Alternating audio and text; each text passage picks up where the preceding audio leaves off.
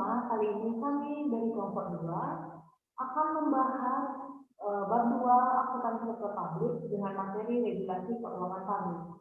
Sebelum lanjut ke materi, perkenalkan saya, tema akuntansi nasional baru dengan NIM 210701028. Selanjutnya, untuk materi pembahasan kali ini, ada beberapa subbab yang akan kami bahas. Yang pertama, definisi regulasi publik. Yang kedua, teknik penyusunan regulasi publik. Yang ketiga, regulasi dalam siklus akuntansi sektor publik.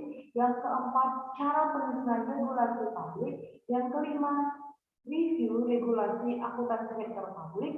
Yang keempat, yang selanjutnya, bagaimana dasar hukum keuangan publik di Indonesia. Dan ada pun bagian-bagiannya, dasar hukum keuangan negara, dasar hukum keuangan daerah, dasar hukum keuangan organisasi publik lainnya, dan yang terakhir mengetahui apa saja permasalahan regulasi keuangan publik di Indonesia. Untuk materi yang pertama, kita akan membahas apa sih definisi regulasi publik ini. Regulasi berasal dari bahasa Inggris, yakni regulation atau peraturan. Dalam Kamus Bahasa Indonesia yang dikutip dari Reality Publisher 2008, kata peraturan mengandung arti kaidah yang dibuat untuk mengatur petunjuk yang dipakai untuk menata sesuatu dengan aturan dan ketentuan yang harus dijalankan serta dipatuhi. Jadi dapat disimpulkan bahwa regulasi publik adalah ketentuan yang harus dijalankan dan dipatuhi dalam proses pengelolaan organisasi publik, baik pada organisasi pemerintahan pusat, pemerintahan daerah, partai politik, yayasan, LSM, organisasi keagamaan, tempat peribadatan maupun organisasi masyarakat lainnya. Jadi teman-teman tahu regulasi publik itu adalah peraturan ketentuan yang harus dijalankan dan dipatuhi. Selanjutnya, bagaimana sih teknik penyusunan regulasi publik? Seperti teman-teman sudah tahu, banyak sekali regulasi publik yang sudah dibuat di sektor publik sendiri. Tapi kita tidak tahu bagaimana sih cara penyusunan regulasi publik sendiri, bagaimana perencanaan mereka bisa membuat regulasi publik tersebut. Nah, di sini ada beberapa tekniknya. Yang pertama, pendahuluan, yaitu perencanaan regulasi publik harus mampu mendeskripsikan latar belakang perlu disusun regulasi publik, perlu adanya latar belakang. Yang selanjutnya, alasan penyusunan regulasi publik. Sebuah regulasi perlu disusun karena adanya berbagai isu terkait yang membutuhkan tindakan khusus dari organisasi publik. Perlu adanya permasalahan sebagai sebuah alasan. Selanjutnya, permasalahan dan misi. Sebuah regulasi publik disusun dan ditetapkan jika solusi alternatif atau suatu permasalahan telah dapat dirumuskan. Selain itu, penyusunan dan penetapan regulasi publik juga dilakukan dengan misi tertentu sebagai wujud komitmen serta langkah organisasi publik menghadapi rumusan solusi permasalahan yang ada. Di sini permasalahan di sini adalah yang dibahas adalah sebuah solusi. Regulasi publik bisa dibuat untuk sebagai solusi permasalahan yang ada. Selanjutnya, dengan apa diatur, yaitu di setiap jenjang struktur pemerintahan dikenal regulasi tersendiri seperti peraturan daerah atau keputusan kepala daerah sebagai aturan di daerah. Bentuk aturan lainnya yang diatur sesuai dengan Undang-Undang Dasar, Undang-Undang Peraturan Pemerintahan pengganti Undang-Undang, Peraturan Pemerintahan dan Peraturan Presiden. Selanjutnya, bagaimana mengaturnya? Substansi regulasi publik yang disusun harus bisa menjadi peraturan berbagai solusi atas permasalahan yang ada. Selanjutnya, yang terakhir dari penyusunan yang telah dilakukan, yaitu diskusi dan musyawarah.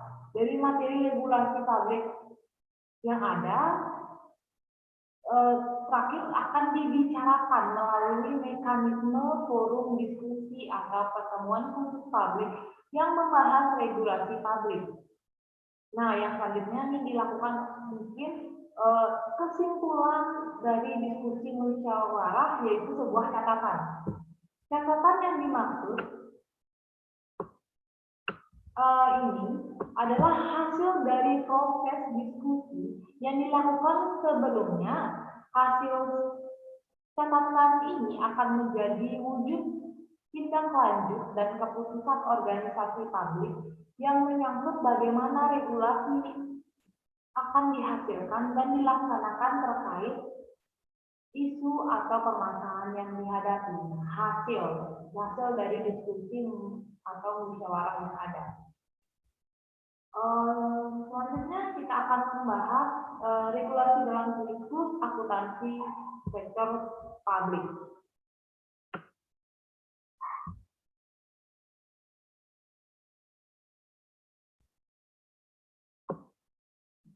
Regulasi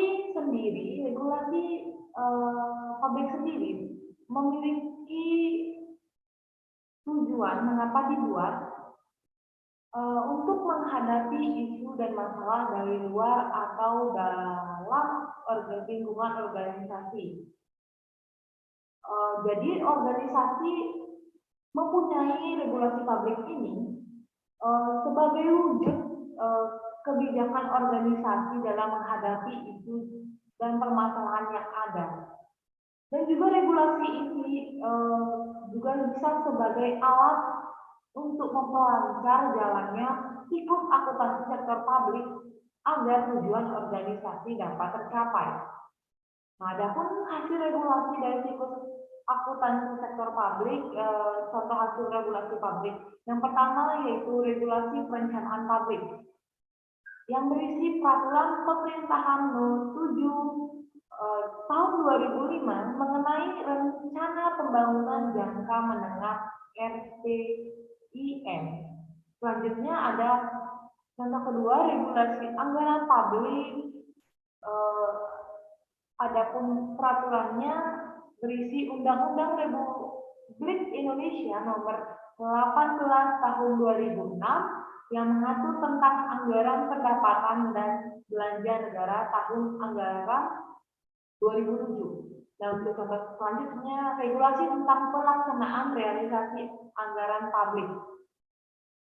Yang peraturan bulannya yaitu ada dua, Peraturan Presiden Republik Indonesia Nomor 93 Tahun 2006 tentang rincian anggaran belanja pemerintahan pusat tahun anggaran 2007.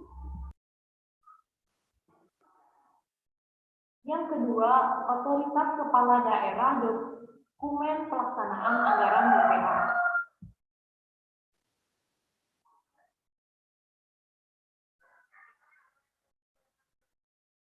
Untuk contoh selanjutnya, regulasi pengadaan barang dan jasa. Adapun peraturannya yaitu SK Gubernur tentang pemenang dalam pengadaan barang dan jasa. Yang selanjutnya contoh regulasi laporan pertanggungjawaban publik. Peraturannya yaitu peraturan daerah tentang penerimaan laporan pertanggungjawaban gubernur atau bupati atau wali kota. Untuk contoh regulasi selanjutnya yaitu contoh regulasi publik yang mengatur akuntansi sektor publik. Tahapan dalam siklus akuntansi sektor publik. Contoh regulasi publik yang pertama ada perencanaan publik yang mengatur dua peraturan yaitu UU No. 25 Tahun 2004 tentang sistem perencanaan pembangunan nasional. Yang selanjutnya surat edaran bersama nomor 025 slide MPPN slide 1 slide 2050 slide 166 slide SJ tentang penyelenggaraan musyawarah perencanaan pembangunan tahun 2005. Selanjutnya ada contoh penganggaran publik yang mengatur ada 4 regulasi. Yang pertama UU 17 tahun 2003 tentang keuangan daerah. Yang kedua UU 33 tahun 2004 tentang penimbangan keuangan pusat dan daerah. Yang ketiga Permendagri No. 13 tahun 2006 tentang pedoman pengelolaan keuangan daerah. Yang keempat, Permendagri No. 59 tahun 2007 tentang perubahan atas peraturan Menteri Dalam Negeri Nomor 13 tahun 2006 tentang pedoman pengelolaan keuangan daerah. Dan selanjutnya realisasi anggaran publik yang berisi peraturan UU 01 tahun 2004 tentang pembendaraan negara. Contoh selanjutnya pengadaan barang dan jasa.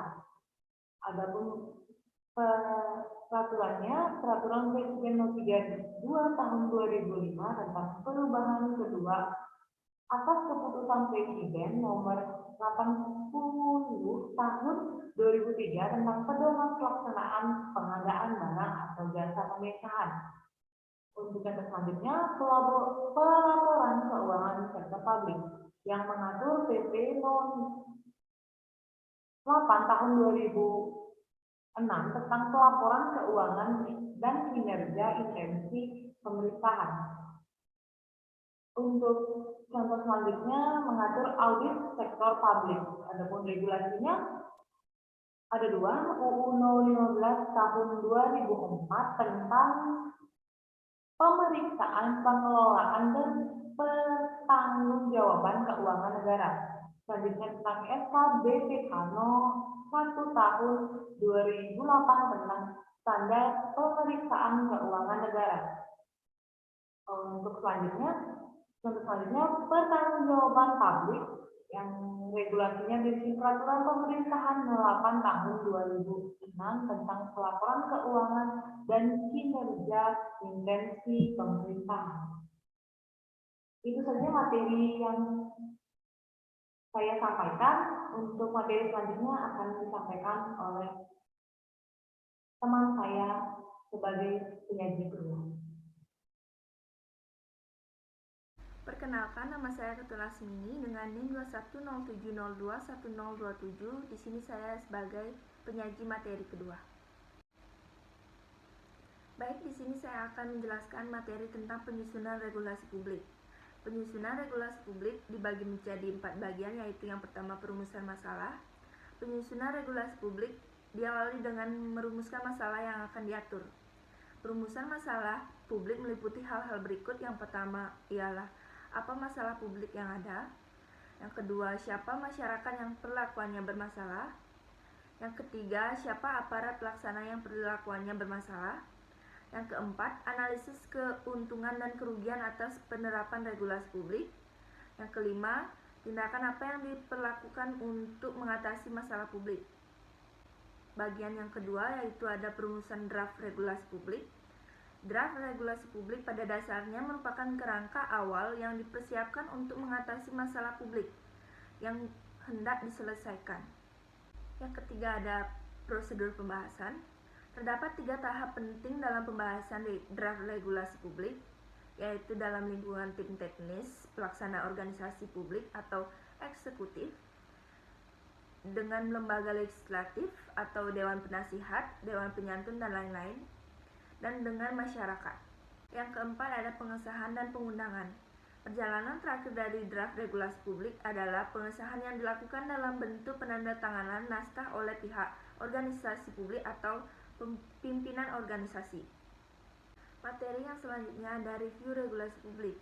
Review regulasi publik dibagi menjadi 3 bagian, yaitu yang pertama regulasi akuntansi sektor publik di era pra-reformasi. Perjalanan akuntansi sektor publik di era pra-reformasi didasari pada Undang-Undang Nomor 5 Tahun 1974 tentang pokok-pokok pemerintahan di daerah. Di samping itu, ada beberapa peraturan pelaksana yang diturunkan dari perundang-undangan, antara lain yang pertama ada Peraturan Pemerintah Nomor 5 Tahun 1975 tentang pengurusan, pertanggungjawaban, dan pengawasan keuangan daerah. Yang kedua ada Pemerintahan Nomor 6 Tahun 1975 tentang penyusunan APBD, pelaksanaan tata usaha keuangan daerah, dan penyusunan perhitungan. Yang ketiga ada Keputusan Menteri Dalam Negeri Nomor 900 sampai 099 Tahun 1980 tentang Manual Administrasi Keuangan Daerah.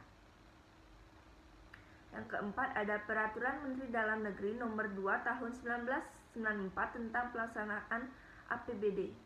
Yang kelima ada Undang-Undang Nomor 18 Tahun 1997 tentang pajak daerah dan retribusi daerah. Yang terakhir ada Keputusan Mendagri Nomor 3 Tahun 1999 tentang bentuk dan susunan perhitungan APBD. Yang kedua ada Regulasi Akuntansi Sektor Publik di era reformasi. Reformasi politik di Indonesia telah mengubah sistem kehidupan negara. Tuntutan good governance diterjemahkan sebagai terbebas dari tindakan KKN. Pemisahan kekuasaan antar eksekutif, yudikatif, dan legislatif dilaksanakan. Undang-Undang Nomor 22 Tahun 1999 tentang Pemerintahan Daerah dan Undang-Undang Nomor 25 Tahun 1999 tentang Perimbangan Keuangan Pusat dan Daerah adalah dua undang-undang yang berupaya mewujudkan ekonomi daerah yang lebih luas. Sebagai penjabaran otonomi daerah tersebut di bidang administrasi keuangan daerah, berbagai peraturan perundangan yang lebih operasional dalam era reformasi pun telah dikeluarkan beberapa regulasi yang relevan antara lain. Yang pertama ada Undang-Undang Nomor 28 Tahun 1999 tentang penyelenggaraan negara yang bebas dari korupsi, kolusi, dan nepotisme atau Lembaga Negara Republik Indonesia tahun 1999 Nomor 75, tambahan Lembaran Negara Republik Indonesia Nomor 3851. Yang kedua ada Peraturan Pemerintah Nomor 25 Tahun 2000 tentang kewenangan pemerintahan dan kewenangan provinsi sebagai daerah otonom atau Lembaran Negara Republik Indonesia tahun 2000 Nomor 54, tambahan Lembaran Negara Republik Indonesia Nomor 3952. Yang ketiga ada Peraturan Pemerintah Nomor 104 Tahun 2000 tentang Dana Perimbangan.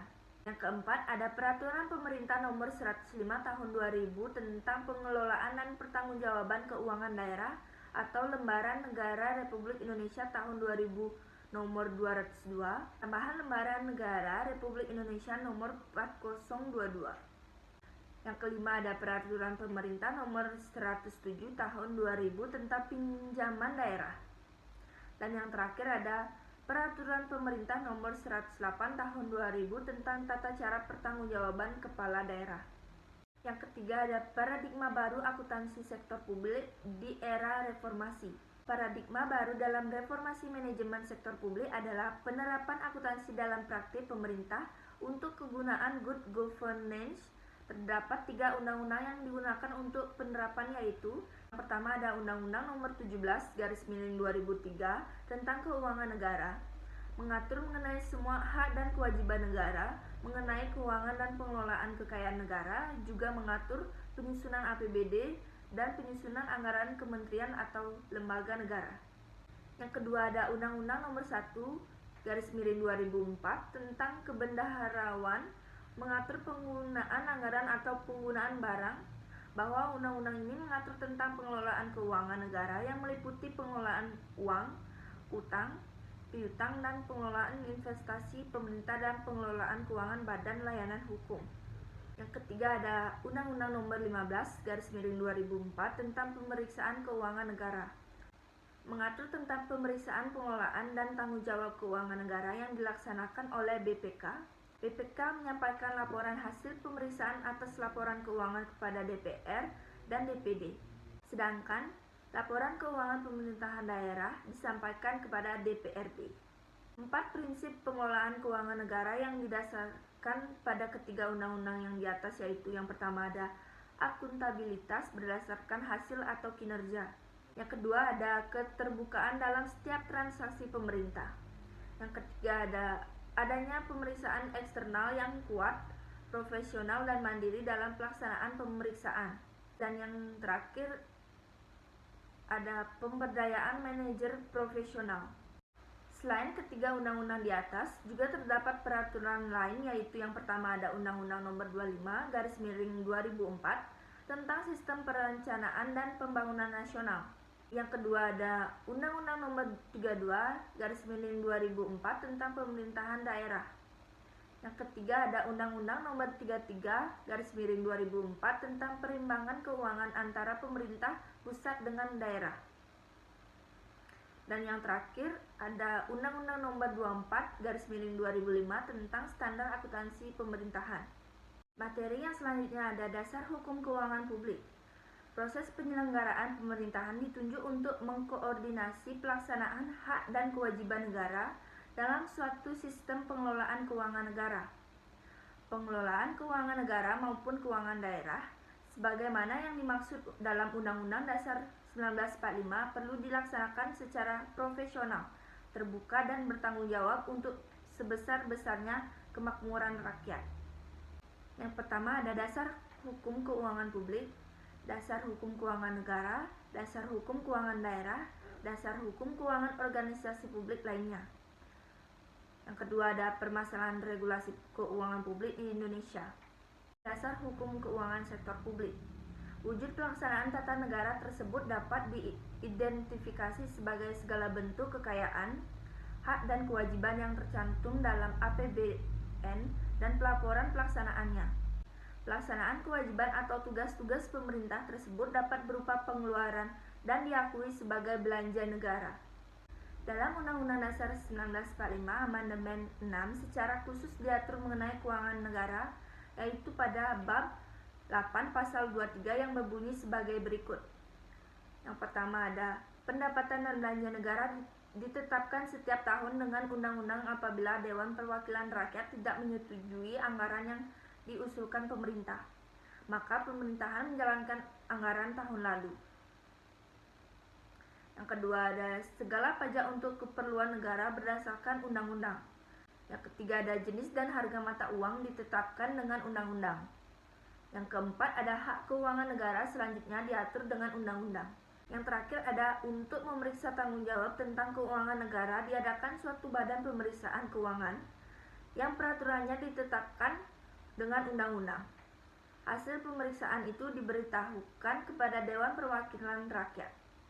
Materi yang selanjutnya ada dasar hukum keuangan negara. Keuangan negara dapat diinterpretasikan sebagai pelaksanaan hak dan kewajiban warga yang dinilai dengan uang. Yang pertama ada hak monopoli mencetak dan mengedarkan uang. Yang kedua ada hak untuk memungut sumber-sumber keuangan seperti pajak, bea dan cukai. Yang ketiga ada hak untuk memproduksi barang dan jasa yang dapat dinikmati oleh khalayak umum. Yang dalam hal ini pemerintah dapat memperoleh kontrak prestasi sebagai sumber penerima negara keuangan. Negara dapat diinterpretasikan sebagai pelaksanaan hak kewajiban warga dan kerangka tata penyelenggaraan pemerintah. Wujud pelaksanaan tata negara tersebut dapat diidentifikasi sebagai segala bentuk kekayaan, hak dan kewajiban yang tercantum dalam APBN dan laporan pelaksanaannya. Dasar hukum keuangan negara terdiri atas yang pertama ada Undang-Undang Nomor 17 Tahun 2003 tentang Keuangan Negara. Yang kedua ada Undang-Undang Nomor 1 Tahun 2004 tentang Perbendaharaan Negara. Yang ketiga ada Undang-Undang Nomor 15 Tahun 2004 tentang Pemeriksaan, Pengelolaan dan Tanggung Jawab Keuangan Negara. Yang keempat ada Undang-Undang Nomor 25 Tahun 2004 tentang Sistem Perencanaan Pembangunan Nasional. Dan yang kelima ada Peraturan Presiden Republik Indonesia Nomor 32 Tahun 2005 tentang perubahan kedua atas Keputusan Presiden Nomor 80 Tahun 2003 tentang pedoman pelaksanaan pengadaan barang atau jasa pemerintah. Yang kedua ada Dasar Hukum Keuangan Daerah. Berdasarkan pasal 18 Undang-Undang Dasar 1945 Amandemen 4, tujuan pembentukan daerah otonom adalah meningkatkan daya guna penyelenggaraan pemerintah untuk melayani masyarakat dan melaksanakan program pembangunan. Pasal 64 Undang-Undang Nomor 5 Tahun 1974 menyatakan bahwa fungsi penyusunan APBD adalah untuk yang pertama menentukan jumlah pajak yang dibebankan kepada rakyat daerah yang bersangkutan. Yang kedua ada mewujudkan otonomi yang nyata dan bertanggung jawab. Yang ketiga ada memberi isi dan arti kepada tanggung jawab pemerintah daerah umumnya dan kepala daerah khususnya. Karena APBD itu menggambarkan seluruh kebijaksanaan pemerintah daerah. Yang keempat ada melaksanakan pengawasan terhadap pemerintah daerah dengan cara yang lebih mudah dan berhasil guna. Dan yang kelima, merupakan suatu pemberian kuasa kepada kepala daerah untuk melaksanakan penyelenggaraan keuangan daerah di dalam batas-batas tertentu. Materi yang selanjutnya ada dasar hukum keuangan publik di Indonesia. Proses penyelenggaraan pemerintahan ditujukan untuk mengkoordinasi pelaksanaan hak dan kewajiban warga negara dalam suatu sistem pengelolaan keuangan negara. Pengelolaan keuangan negara maupun keuangan daerah sebagaimana yang dimaksud dalam Undang-Undang Dasar 1945 perlu dilaksanakan secara profesional, terbuka dan bertanggung jawab untuk sebesar-besarnya kemakmuran rakyat. Materi yang terakhir ada permasalahan regulasi keuangan publik di Indonesia. Yang pertama ada regulasi yang berfokus pada manajemen regulasi yang berfokus pada peraturan wilayah manajemen organisasi publik seringkali mengaburkan proses pencapaian kesejahteraan masyarakat. Yang kedua ada regulasi belum bersifat teknik. Banyak regulasi publik di Indonesia yang tersusun dengan sangat baik untuk tujuan kesejahteraan publik. Namun, banyak di antara tidak dapat diaplikasikan dalam masyarakat. Yang ketiga ada perbedaan interpretasi dengan undang-undang dan regulasi di bawahnya. Dalam banyak kajian, beberapa ayat atau pasal dari undang-undang atau regulasi terkait sering menimbulkan berbagai interpretasi yang berbeda dalam pelaksanaannya. Yang keempat ada pelaksanaan regulasi yang bersifat transisi berdampak pemborosan anggaran. Saat ini, banyak regulasi yang bersifat transisi telah dilaksanakan secara bertahap dan membutuhkan kapasitas tertentu untuk melaksanakannya. Hal ini akan mempengaruhi anggaran yang senantiasa meningkat dan cenderung boros. Dan yang terakhir ada pelaksanaan regulasi tanpa sanksi. Yang dimaksud adalah hukuman jika organisasi publik tidak melaksanakan regulasi tersebut. Dengan tidak adanya sanksi, organisasi akan seenaknya melaksanakan dan tidak melaksanakan regulasi tersebut. Sekian presentasi dari kelompok 2. Kami meminta maaf jika ada kesalahan kata ataupun tindakan, baik disengaja maupun tidak. Akhir kata saya ucapkan terima kasih dan sampai jumpa.